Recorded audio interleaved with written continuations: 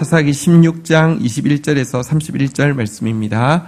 사사기 16장 21절에서 31절 한 절씩 기독하시겠습니다. 21절 블레셋 사람들이 그를 붙잡아 그의 눈을 빼고 끌고 가사에 내려가 놋줄에 매고 그에게 옥에서 맷돌을 돌리게 하였더라. 그의 머리털이 밀린 후에 다시 자라기 시작하니라. 블레셋 사람의 방백들이 이르되 우리의 신이 우리 원수 삼손을 우리 손에 넘겨 주었다 하고 다 모여 그들의 신 다곤에게 큰 제사를 드리고 즐거워하고 백성들도 삼손을 보았으므로 이르되 우리의 땅을 망쳐놓고 우리의 많은 사람을 죽인 원수를 우리의 신이 우리 손에 넘겨 주었다 하고 자기들의 신을 찬양하며 그들의 마음이 즐거울 때에 이르되 삼손을 불러다가 우리를 위하여 제주를 부리게 하자 하고 옥에서 삼손을 불러내매 삼손이 그들을 위하여 제주를 부리니라. 그들이 삼손을 두 기둥 사이에 세웠더니 삼손이 자기 손을 붙든 소년에게 이르되 나에게 이 집을 버틴 기둥을 찾아 그것을 의지하게 하라 하니라. 그 집에는 남녀가 가득하니 블레셋 모든 방백들도 거기 있고 지붕에 있는 남녀도 3,000명 가량이라. 다 삼손이 제주 부리는 것을 보더라. 삼손이 여호와께 부르짖어 이르되 주 여호와여 구하옵나니 나를 생각하옵소서.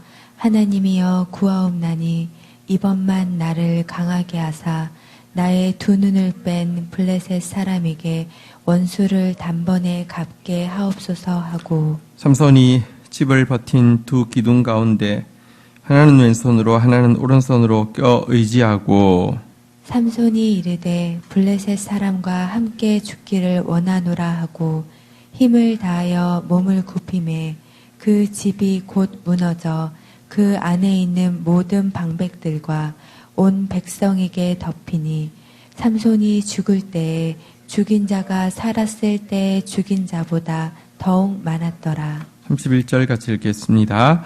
그의 형제와 아버지의 온 집이 다 내려가서 그의 시체를 가지고 올라가서 소라와 에스타올 사이 그의 아버지 마노아의 장지에 장사하니라.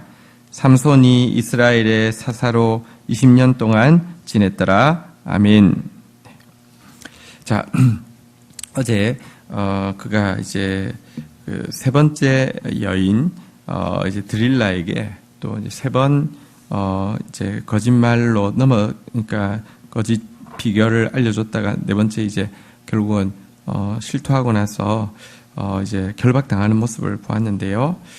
그가 사명 감당하지 않고 또 그가 이 그 죄에 중독되어 있고 그가 이 사단의 거짓말에 사단이 자기에게 도움이 될 것이고 사단이 자기에게 유익을 줄 것이라는 이 거짓말에 속은 결과가 무엇인지 오늘 본문을 통해서 한번 보도록 하겠습니다.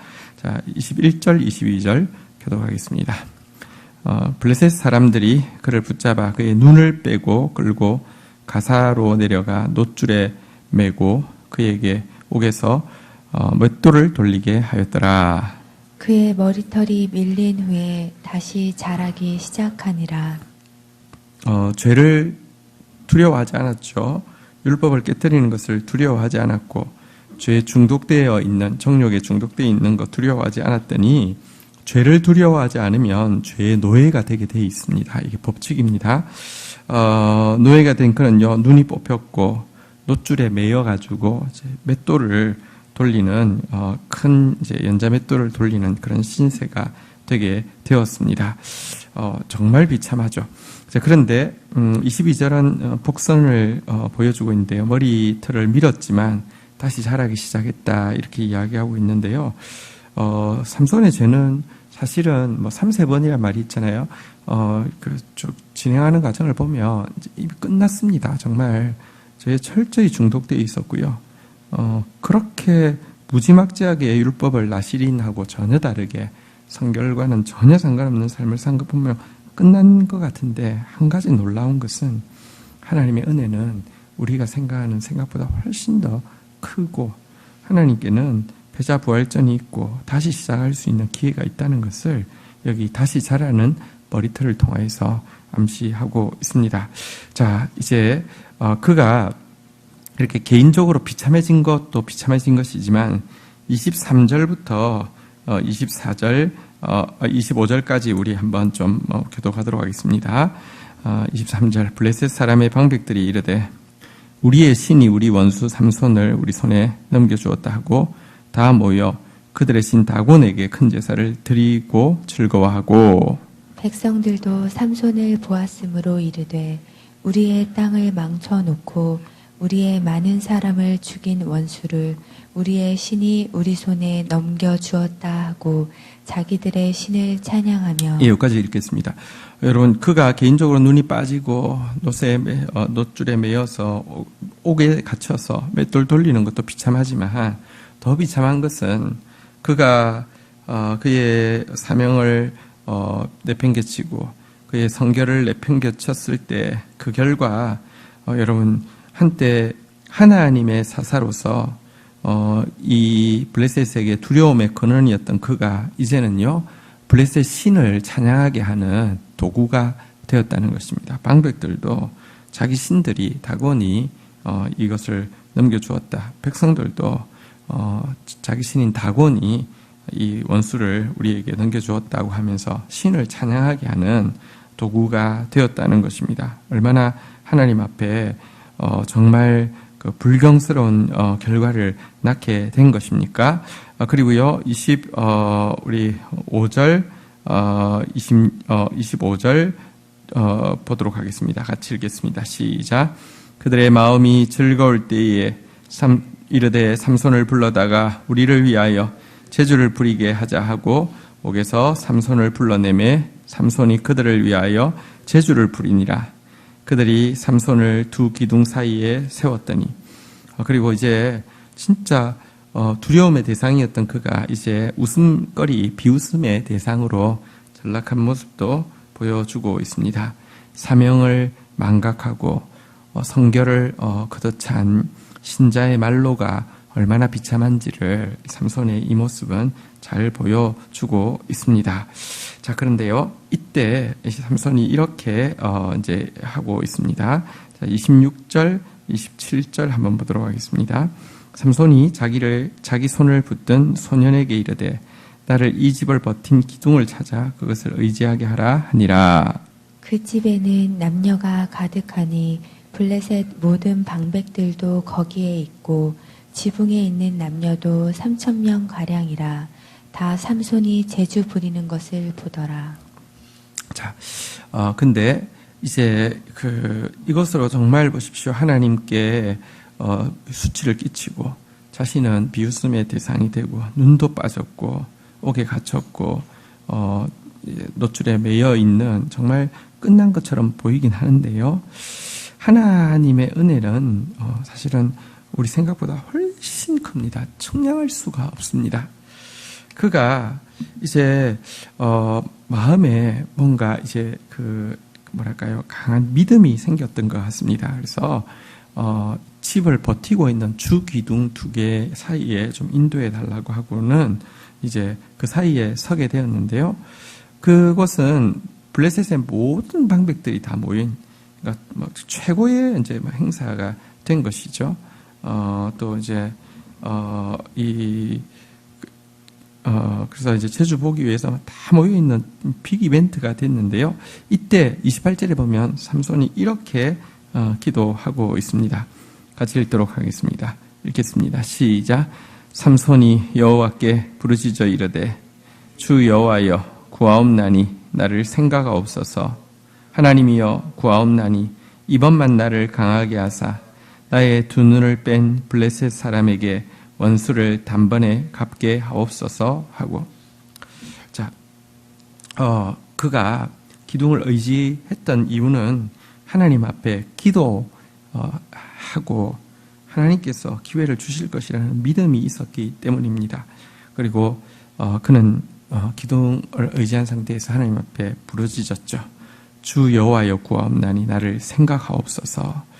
하나님이여 구함나니 이번만 나를 강하게 하사 나의 두 눈을 뺀 블레셋 사람에게 원수를 단번에 갚게 하옵소서라고 하면서 하나님 나를 생각해 주십시오. 하나님 나를 이번만 강하게 해 주십시오. 하나님 이 원수를 한 번에 갚을 수 있도록 도와주십시오 하고 기도하게 되었던 것입니다. 자, 하나님은 은혜를 베푸시고요. 하나님께서는요, 진짜 자기 죄를 깨닫고 겸손히 간구하는 자에게는 용서하실 뿐만 아니라 하나님께서 다시 한번 사명 감당할 수 있도록 은혜를 베푸시는 분이십니다.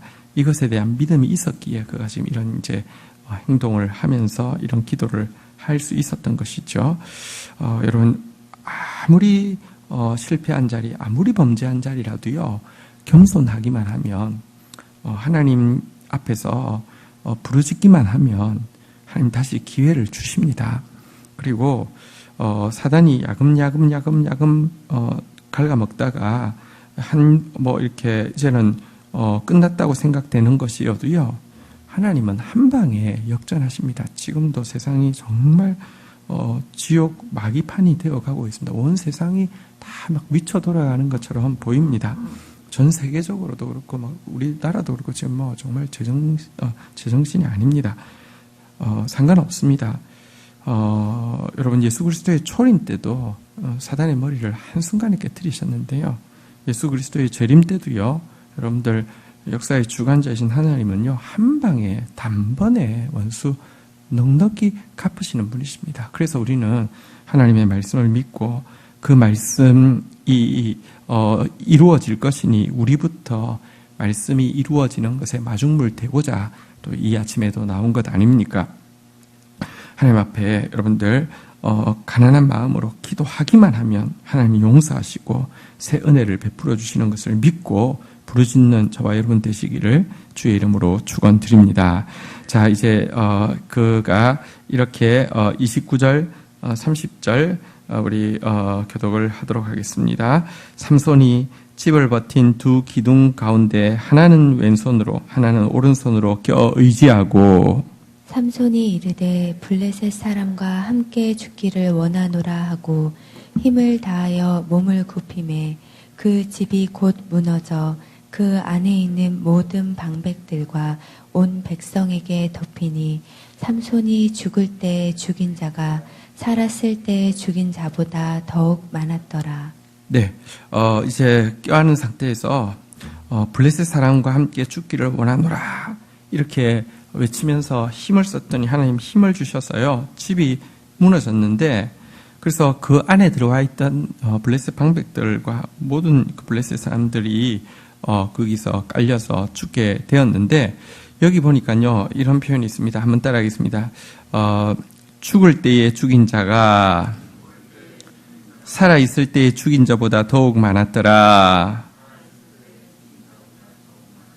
그가 죽기로 결심하자 여러분 죽고자 하니까 여러분 그가 살아있을 때 죽인 자보다 더 많았다. 다시 말하면 죽고자 하니까 사명이 감당되었다는 그런 의미입니다. 아직까지도 여러분 내가 회개하지 않는 제일 중요한 이유의 뿌리에 뭐가 있냐고 하면 내가 죽기 싫어서입니다. 내가 겸손해지기 싫은 이유는 내가 죽기 싫어서입니다. 내가 틀렸다는 것을 내가 문제라는 것을 인정하기 싫기 때문에 그렇습니다. 근데 내가 죽겠다고 결정하고 나면요 죽을 때에 죽인 자가 살아있을 때 죽인 자보다 더 많다 이렇게 이야기하고요. 또 반대로 이야기하면 이스라엘 편의 입장에서 생각하면요 한 사람이 죽을 때에 살아나는 사람이 그가 막 자아가 살아있고 정욕이 살아있고 이때에 살아난 자보다 훨씬 더 많다는 뜻이 되자는 거잖아요. 그죠? 그가 죽을 때에 구원한 사람이 이스라엘 입장에서는 블레셋으로부터 구원받는 거잖아요. 그죠? 그가 살아있을 때 이 삼손이 살아있을 때 구원받은 사람보다 훨씬 많다 이렇게 되는 것 아닙니까? 죽고자 하면 삽니다.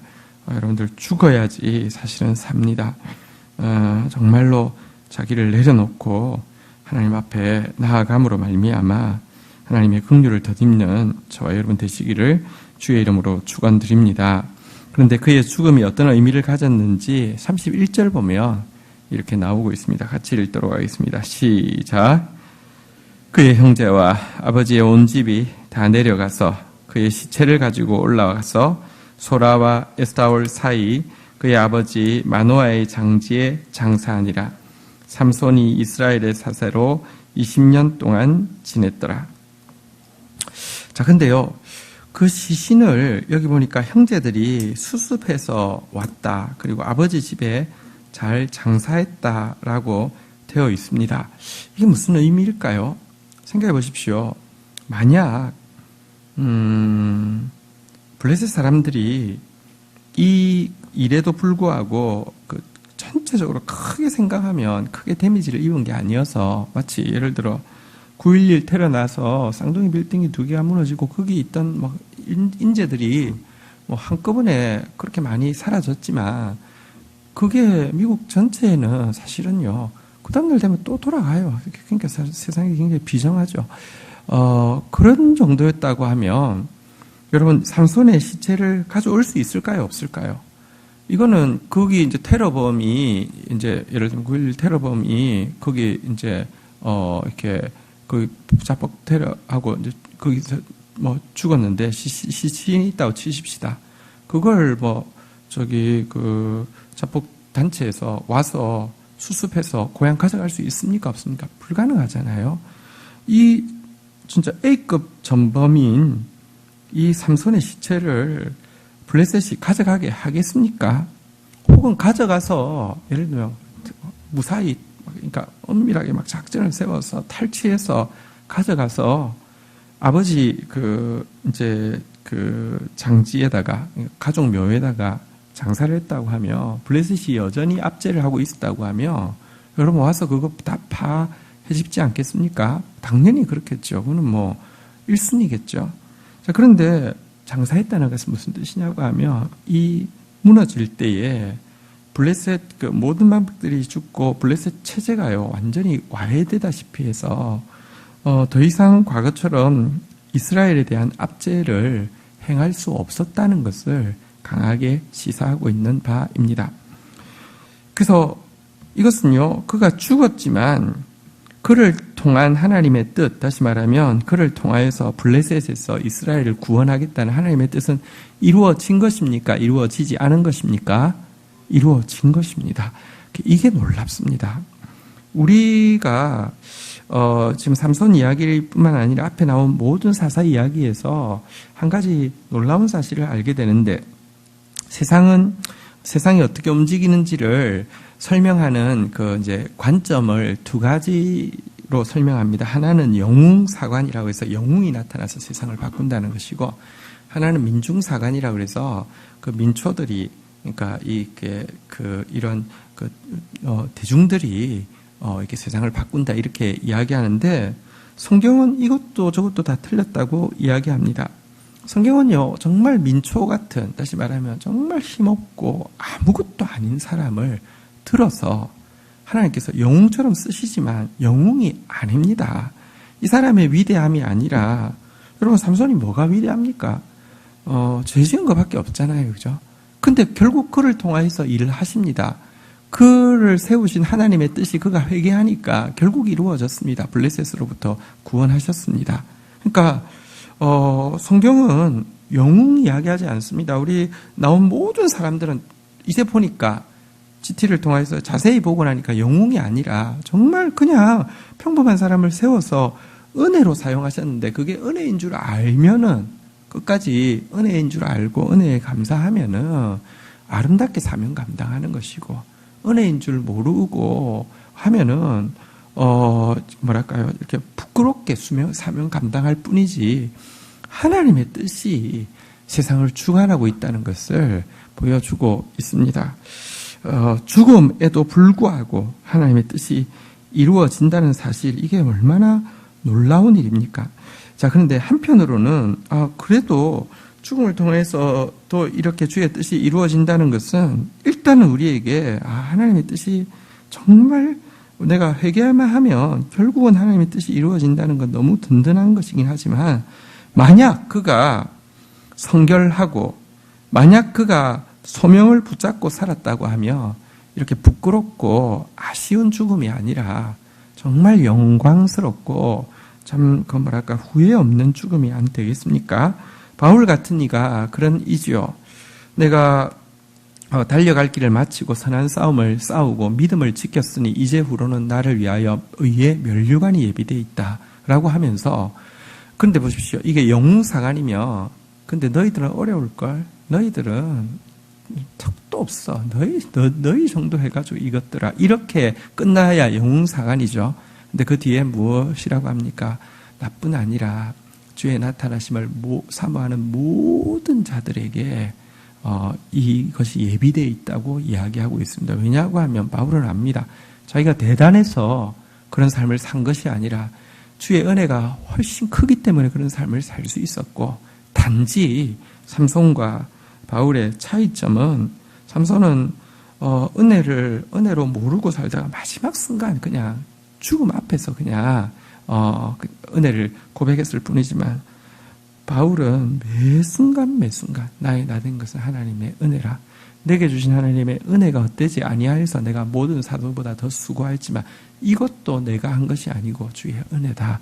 순간순간 은혜 고백했더니 하나님께서 그로 하여금 정말 부끄러운 죽음, 아쉬운 죽음이 아니라 영광스러운 마지막을 맞이할 수 있도록 은혜를 베풀어 주신 것이죠.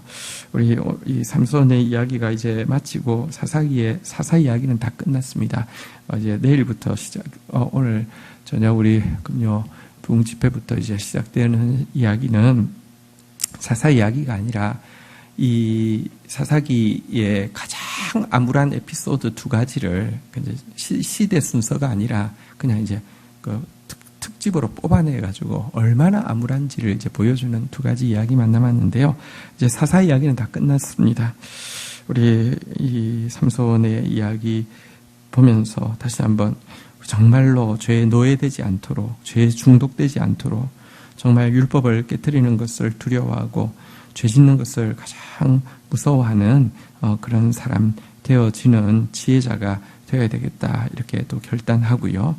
그러나 가장 깊은 범죄에 빠진 순간에라도 하나님 다시 은혜를 베풀어 주시는 분이십니다. 겸손하기만 하면 하나님은 은혜 베풀어 주시고, 살았을 때보다 죽고자 할 때 훨씬 더 많은 구원이 일어나고 온전한 하나님의 뜻이 이루어지는 거 보고 우리 정말 다시 한번 철저히 회개하다가 이 하나님의 사명 감당하는 사람 될 수 있도록, 그리고 이왕 사명 감당한다고 하면 이제부터라도 우리가 정말 성결하게, 그리고 하나님 나에게 주신 사명, 우리 그리스도인들은 전부 다 사명자입니다.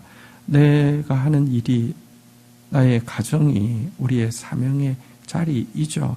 어쨌든 오늘도 참 후회함 없이 사명 감당하는 사람으로서 설 수 있도록 주님 앞에 기도하기를 축복합니다. 주신 말씀 붙잡고 우리 주님 앞에 나아가 기도하도록 하겠습니다. 함께 기도하시겠습니다. 하나님 감사합니다. 이 아침에 또다시 우리에게 놀랍고 큰 은혜를 약속해 주시고 또 눈으로 보게 해주셔서 진실로 감사합니다. 하나님, 아무리 실패한 자리에 있다 할지라도, 아무리 범죄한 자리에 있다 할지라도 주의 은혜가 우리의 범죄보다 더 크오니 하나님 앞에 가난하게 부르짖게 하여 주시고, 자아를 죽이고 죽고자 하는 자가 살게 하시는 하나님의 은혜를 덧입게 하여 주시옵소서. 결국은 주의 뜻이 이루어질 것인데 기쁘고 감사하며 후회함 없이 이루어지는 바울의 길을 택하지, 아쉽고 안타까운 삼손의 길을 택하지 않도록 저희들에게 다시 한번 오늘 기회 있을 때 이 기회를 잡으며 오늘 다시 성결하며 오늘 다시 사명을 기꺼이 영접하는 사람으로 살아갈 수 있도록 도와주시옵소서. 감사합니다. 예수 그리스도의 이름으로 기도 올립니다. 아멘.